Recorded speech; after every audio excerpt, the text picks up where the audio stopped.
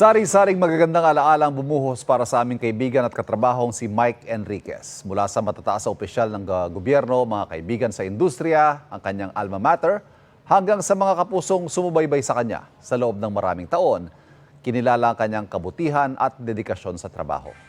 Ang sama-samang pagpupugay sa nag-iisang Mike Enriquez sa unang balita ni Mark Salazar. Para sama-sama tayong maging Saksi! Saksi! Saksi! Mahigit 5 dekada ng serbisyong totoo sa telebisyon at radyo. 5 minutes to airtime. 5, 4, 3, 2. Huwag natin tatantanan. Mahirap ngang tapatan ang ganyang kahabang karera sa industriya at sundan ang yapak ng nag-iisang Mike Enriquez.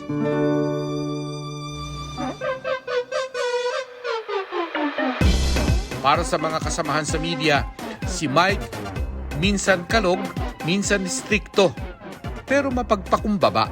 Siyempre, Mike Enriquez yan eh. People are screaming pag nakikita siya. Talaga pag gayon sabi, Mike, pa-picture, wala siyang hinihindian kung kaya rin lang naman. Mataas, mababa, pare-pareho tingin niya. Mike is a difficult boss.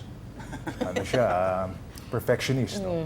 The slightest mistake sa script, and he will terrorize you. No? Because he's a sucker for competency. Outside work, si Mike is a very caring friend. No? Ang lesson ko siguro nakuha sa kanya, value yourself. Value yourself. Kasi kung hindi ka rin makakapagtrabaho na maayos. Tatak Green Archer si Mike. Hinubog ng De La Salle University mula elementarya hanggang kolehiyo at naging aktibo ring alumnus. Sa kanyang pagpanaw, inalala ng La Salle community si Mike bilang leader ng industriya at ehemplo ng pagiging totoong Lasallian bilang tanglaw ng dedikasyon at serbisyo sa lipunan. Tinitingala siya kahit ng mga opisyal ng pamahalaan, gaya ng mga mambabatas. Ang kamera inilarawan si Mike bilang kampyon ng mga ape at inaabuso. At para kay Pangulong Bongbong Marcos, si Mike ay isang haligi ng broadcasting industry na inilaan ang buhay sa paghahatid ng balitang walang kinikilingan.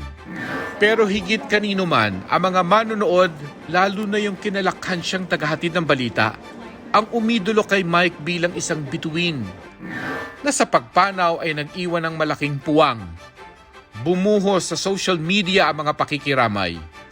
Mula sa mga nangungulila sa kanyang bukod-tanging boses at paraan ng pag-uulat, mga kasama raw si Mike mula almusal hanggang hapunan, mga animoy na matayan ng sariling kadugo.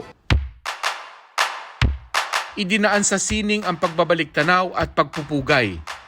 Lalo't hindi na maririnig si Mike na sabihing hindi namin kayo tatantanan o kaya'y excuse me po tuwing nauubo.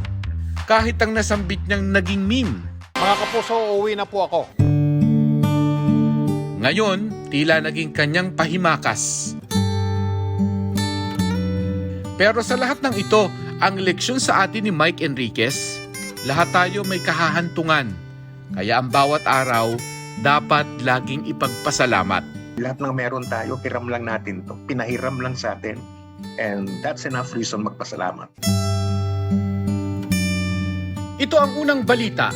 Mark Salazar para sa GMA Integrated News.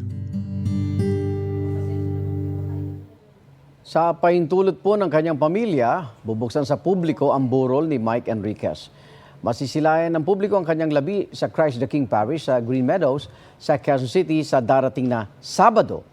Magsisimula po yan alas 8:30 ng umaga hanggang alas 3 ng hapon. Ang hiling po ng kanyang pamilya sa mga makikiramay, imbis na bulaklak ay maaari magbigay ng donasyon sa GMA Kapuso Foundation. Mga kapuso, para laging una sa mga balita, bisitahin at mag-subscribe sa GMA Integrated News sa YouTube. Sa mga kapuso abroad, samahan niyo kami sa GMA Pinoy TV at sa www.gmanews.tv.